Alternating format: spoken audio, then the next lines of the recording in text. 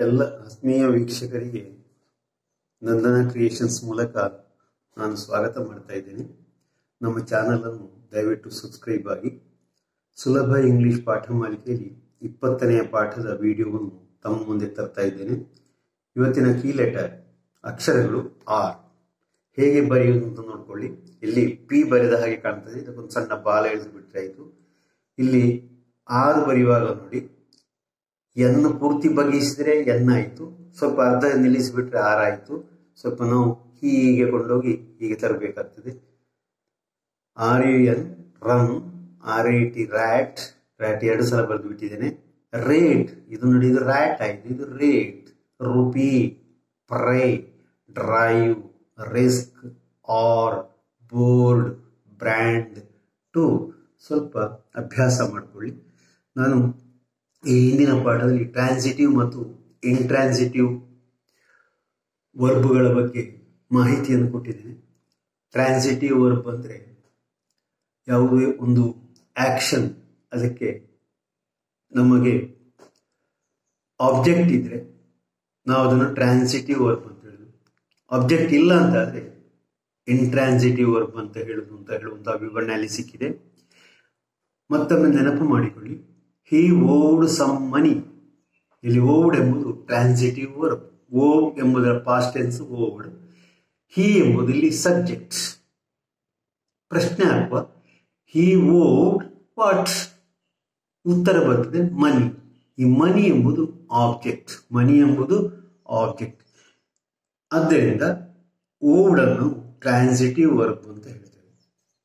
ಹಾಗೆ ಇಲ್ಲಿ ನಾನೀಗ ಆಬ್ಜೆಕ್ಟ್ಸ್ ಅಂತ ಹೇಳುವಾಗ ನಾವು 2 ರೀತಿಯ ಆಬ್ಜೆಕ್ಟ್ಸ್ ಅನ್ನು ಗಮನದಲ್ಲಿ ಇಟ್ಟುಕೊಳ್ಬೇಕಾಗ್ತದೆ. ಒಂದು DO ಅಂತ ಹಾಕಿದ್ದೇನೆ, ಡೈರೆಕ್ಟ್ ಆಬ್ಜೆಕ್ಟ್.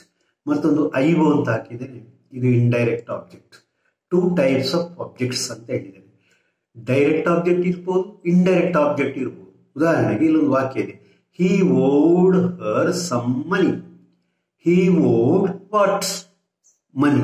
ವಾಟ್ ಎಂಬ ಪ್ರಶ್ನೆಗೆ ಏನು ಉತ್ತರ ಸಿಗ್ತದೆ ಅದು ಡೈರೆಕ್ಟ್ ಆಬ್ಜೆಕ್ಟ್. ಹಾಗಾದರೆ ಈ ಓವ್ಡ್ ಹರ್ ಅಂತ ಇದೆಯಲ್ಲ, ಅದು ಕೂಡ ಅಲ್ಲಿ ಆಬ್ಜೆಕ್ಟ್, ಆದರೆ ಅದು ಇಂಡೈರೆಕ್ಟ್ ಆಬ್ಜೆಕ್ಟ್. ಅದು ಇಂಡೈರೆಕ್ಟ್ ಆಬ್ಜೆಕ್ಟ್. ಮನಿ ಎಂಬುದು ಅಥವಾ ಸಮ್ ಮನಿ ಎಂಬುದು ಡೈರೆಕ್ಟ್ ಆಬ್ಜೆಕ್ಟ್. ಈ ಡೈರೆಕ್ಟ್ ಆಬ್ಜೆಕ್ಟ್ ಅನ್ನು ಮೊದಲಿಗೆ ಹಾಕಿ ಇಂಡೈರೆಕ್ಟ್ ಆಬ್ಜೆಕ್ಟ್ ಅನ್ನು ಕೊನೆಗೆ ಹಾಕುವುದು. ಅಂದ್ರೆ ಹರ್ ಎಂಬುದು ಪರ್ಸನ್ ಆಯಿತು, ಮನಿ ಎಂಬುದು ವಸ್ತು ಅಥವಾ ಮೆಟೀರಿಯಲ್ ಆಯಿತು, ಆಬ್ಜೆಕ್ಟ್ ಆಯಿತು. ಈ ಆಬ್ಜೆಕ್ಟ್ ಅನ್ನು, ಡೈರೆಕ್ಟ್ ಆಬ್ಜೆಕ್ಟ್ ಅನ್ನು ಫಸ್ಟಿಗೆ ಹಾಕುವುದು, ಹಾಗೆ ಇಂಡೈರೆಕ್ಟ್ ಆಬ್ಜೆಕ್ಟ್ ಅನ್ನು ಕೊನೆಗೆ ಹಾಕುವುದು. ಹಾಗೆ ಅದಲು ಬದಲು ವಾಕ್ಯ ಬರೆದಾಗ ಸಣ್ಣ ತಪ್ಪಾಗ್ತದೆ. ಆಗ ಏನು ಮಾಡಬೇಕಾಗ್ತದೆ, ಅಲ್ಲಿ ಟು ಅಥವಾ ಫಾರ್ ಏನು ಅಗತ್ಯ ಅದನ್ನು ಹಾಕಬೇಕಾಗ್ತದೆ. ಉದಾಹರಣೆಗೆ ಹಿ ಓವ್ಡ್ ಸಮ್ ಮನಿ, ಇದೇ ವಾಕ್ಯ ಹಿ ಓವ್ಡ್ ಹರ್ ಸಮ್ ಮನಿಯನ್ನು ಹಿ ಓವ್ಡ್ ಸಮ್ ಮನಿ ಇದನ್ನು ಇಲ್ಲಿಗೆ ತಂದು ಹರ್ ಎಂಬುದು ಕೊನೆಗೆ ಹಾಕಿದ್ದೇನೆ, ಇಲ್ಲಿ ಮಧ್ಯದಲ್ಲಿ ಟು ಹಾಕಿದ್ದೇನೆ. ಅಂದ್ರೆ ಇಂಡೈರೆಕ್ಟ್ ಆಬ್ಜೆಕ್ಟ್ ಮತ್ತು ಡೈರೆಕ್ಟ್ ಆಬ್ಜೆಕ್ಟ್ ಗಳ ನಡುವೆ ಒಂದು ಟು ಹಾಕಬೇಕಾಗ್ತದೆ. ಇಲ್ಲಿ indirect object her, direct object money. ಇನ್ನೊಂದು ವಾಕ್ಯ ನೋಡುವ, she made herself a blouse. ಅವಳಿಗಾಗಿ ಅವಳು ಬ್ಲೌಸ್ ಹೊಲಿದ್ಲು. She made what? A blouse. Indirect object ಅಲ್ಲ, ಬ್ಲೌಸ್ ಎಂಬುದು direct object. She made a blouse, ನಾನು ಅದನ್ನೇನು ಮಾಡಿದೆ, ಇಂಡೈರೆಕ್ಟ್ ಆಬ್ಜೆಕ್ಟ್ ಅನ್ನು ಕೊನೆಗೆ ಹಾಕಿ ಹರ್ ಸೆಲ್ಫ್ ಅನ್ನು, ಹರ್ ಸೆಲ್ಫ್ ಎಂಬುದು ಇಂಡೈರೆಕ್ಟ್ ಆಬ್ಜೆಕ್ಟ್, ಅದನ್ನು ಕೊನೆಗೆ ಹಾಕಿ ಡೈರೆಕ್ಟ್ ಆಬ್ಜೆಕ್ಟ್ ಅನ್ನು ಫಸ್ಟಿಗೆ ತಂದೆ. She made a blouse for her self. ಇಲ್ಲಿ 2 ಆಬ್ಜೆಕ್ಟ್ಗಳಿವೆ, ಒಂದು ಡೈರೆಕ್ಟ್ ಆಬ್ಜೆಕ್ಟ್, ಇನ್ನೊಂದು ಇಂಡೈರೆಕ್ಟ್ ಆಬ್ಜೆಕ್ಟ್. ಎ ಬ್ಲೌಸ್ ಎಂಬುದು ಡೈರೆಕ್ಟ್ ಆಬ್ಜೆಕ್ಟ್, ಹರ್ ಸೆಲ್ಫ್ ಎಂಬುದು ಇಂಡೈರೆಕ್ಟ್ ಆಬ್ಜೆಕ್ಟ್. ಇಲ್ಲಿ ಇಂಡೈರೆಕ್ಟ್ ಆಬ್ಜೆಕ್ಟ್ ಮೊದಲಿದೆ, ಇಲ್ಲಿ ಇಂಡೈರೆಕ್ಟ್ ಆಬ್ಜೆಕ್ಟ್ ಕೊನೆಗಿದೆ. ಇಂಡೈರೆಕ್ಟ್ ಆಬ್ಜೆಕ್ಟ್ ಅನ್ನು ಯಾವಾಗಲೂ ಫಸ್ಟಿಗೆ ಹಾಕಬೇಕು, ಮತ್ತೆ ಡೈರೆಕ್ಟ್ ಆಬ್ಜೆಕ್ಟ್ ಅನ್ನು ಹಾಕಬೇಕು. ಒಂದು ವೇಳೆ ನಾವು ಇಂಡೈರೆಕ್ಟ್ ಆಬ್ಜೆಕ್ಟ್ ಅನ್ನು ಡೈರೆಕ್ಟ್ ಆಬ್ಜೆಕ್ಟ್ ಅನ್ನು ಫಸ್ಟಿಗೆ ಹಾಕುವುದಿದ್ರೆ ಮಧ್ಯದಲ್ಲಿ ಫಾರ್ ಅಥವಾ ಟು ಏನು ಬೇಕು ಅದನ್ನು ವಸ್ತುವಿನ ಹೆಸರಿಯಾಗಿ ಹಾಕಬೇಕಾಗ್ತದೆ. He gave me a book.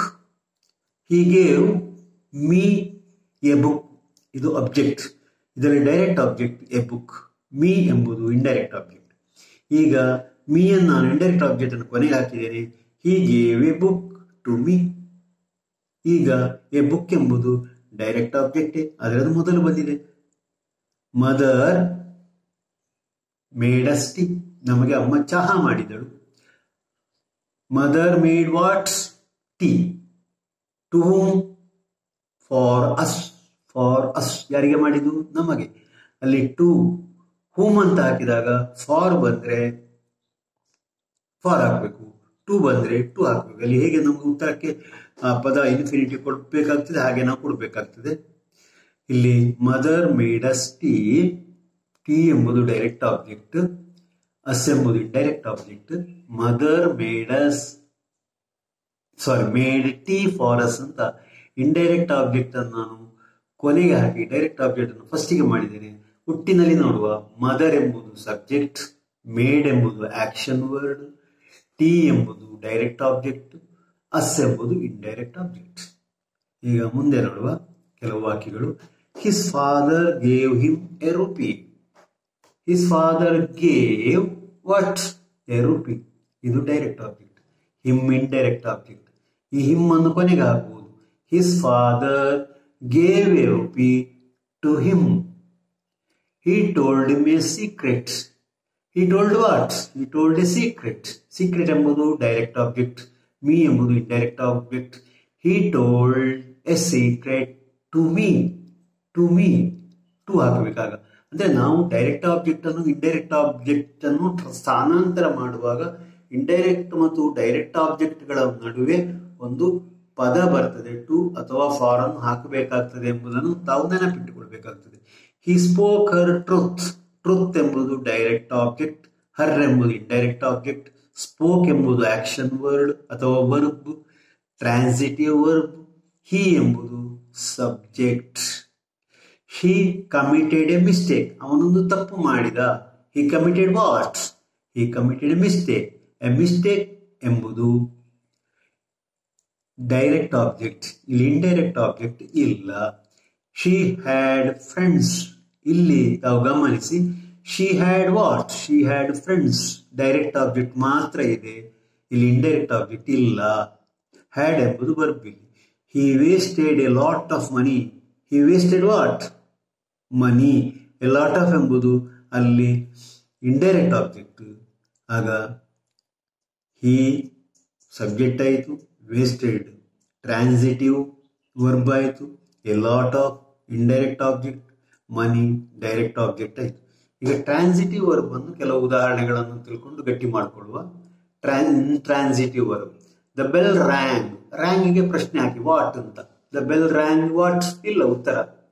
ಹಾಗಾದು intransitive verb ಆಯಿತು. ಅಂದ್ರೆ ಅಲ್ಲಿ ಸಬ್ಜೆಕ್ಟ್ ಇದೆ, ಆಬ್ಜೆಕ್ಟ್ ಇಲ್ಲ.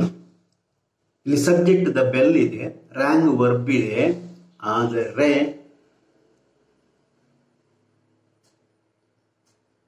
ಆಬ್ಜೆಕ್ಟ್ ಇಲ್ಲ. ಆಬ್ಜೆಕ್ಟ್ ಇಲ್ಲದೆ ಇದ್ರೆ ಅದು ಇಂಟ್ರಾನ್ಸಿಟಿವ್ ವರ್ಬ್. ಅಂದ್ರೆ ಇಂಟ್ರಾನ್ಸಿಟಿವ್ ವರ್ಬಿಗೆ ಆಬ್ಜೆಕ್ಟ್ ಬೇಕಾಗಿಲ್ಲ. ಇದನ್ನು ನಾವು ತಿಳ್ಕೊಳ್ಬೇಕು. ಟ್ರಾನ್ಸಿಟಿವ್ ವರ್ಬಿಗೆ ಆಬ್ಜೆಕ್ಟ್ ಹಾಕ್ಲೇಬೇಕು. ಇದು ಭಾಷಾ ನಿಯಮ. ಕಲೀಲಿಕ್ಕಾಗಿ ನಾವು ಇದನ್ನು ಹೇಳ್ತಾ ಇರುವಂತದ್ದು. He talked fast. Talked what? ಇಲ್ಲ ಉತ್ತರ. He talked fast. He came late. Came what? ಉತ್ತರ ಇಲ್ಲ. ಹಾಗಾಗಿ ಕೇಮ್ ಎಂಬುದು ಇಂಟ್ರಾನ್ಸಿಟಿವ್ ವರ್ಬ್. She coughed. ಕೆಮ್ಮಿದಳು. ನೋಡಿ ಇಲ್ಲಿ ಆಬ್ಜೆಕ್ಟ್ ಇಲ್ಲ, ಶಿ ಕಫ್ಡ್ ವಾಕ್ಯ ಆಯ್ತು. ಅದೇ ಶಿ ಟೋಲ್ಡ್ ಅಂತ ಇದ್ರೆ ವಾಕ್ಯ ಆಗ್ತಿರ್ಲಿಲ್ಲ. ಯಾಕೆ? She told what? She told a story, she told an event. ಏನೋ ಒಂದು ಹೇಳಬೇಕಾಗ್ತದೆ, ಅಂದ್ರೆ ಅಲ್ಲಿ ಆಬ್ಜೆಕ್ಟ್ ಬೇಕಾಗ್ತದೆ. ಇಲ್ಲಿ ಆಬ್ಜೆಕ್ಟ್ ಇಂಟ್ರಾನ್ಸಿಟಿವ್ ವರ್ಬ್ಗೆ ಆಬ್ಜೆಕ್ಟ್ ಇಲ್ಲದಿದ್ರೆ ನಡೀತದೆ. The lion roared. The lion roared. ಸಿಂಹ ಗರ್ಜಿಸಿತು. Lion roared. The lion what's? ಇಲ್ಲ ಉತ್ತರ. ಹಾಗಾಗಿ ಇಲ್ಲಿ ರೋಡ್ ಎಂಬುದು ಇಂಟ್ರಾನ್ಸಿಟಿವ್ ವರ್ಬ್. ಇಂಟ್ರಾನ್ಸಿಟಿವ್ ವರ್ಬಿಗೆ ಆಬ್ಜೆಕ್ಟ್ ಡೈರೆಕ್ಟ್ ಆಬ್ಜೆಕ್ಟ್ ಆಗಲಿ ಇಂಡೈರೆಕ್ಟ್ ಆಬ್ಜೆಕ್ಟ್ ಆಗಲಿ ಇರಲೇಬೇಕಾಗಿಲ್ಲ. ಆದರೆ ಟ್ರಾನ್ಸಿಟಿವ್ ವರ್ಬಿಗೆ ಡೈರೆಕ್ಟ್ ಆಬ್ಜೆಕ್ಟ್ ಇರಲೇಬೇಕು.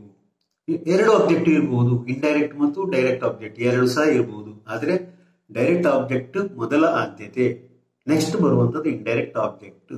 ಸರಿ, ಇಲ್ಲಿಗೆ ನಾನು ಈ ಪಾಠವನ್ನು ನಿಲ್ಲಿಸ್ತೇನೆ. ಮತ್ತೆ ಮುಂದಿನ ಪಾಠದಲ್ಲಿ ಮತ್ತೆ ಮುಂದುವರಿಯೋಣ. ನಮಸ್ತೆ.